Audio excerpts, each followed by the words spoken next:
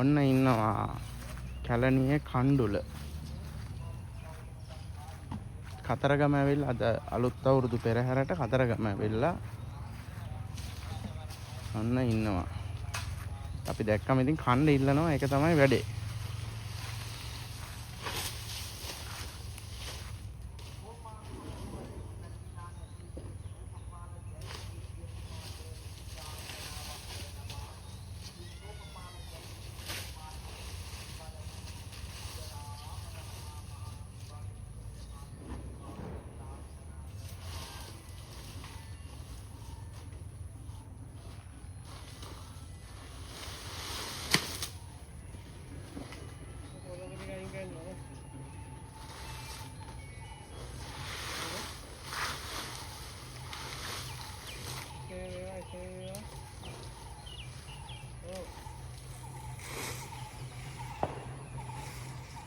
මේ මං ගියාම ළඟදී කැලණියේ පොඩි වීඩියෝ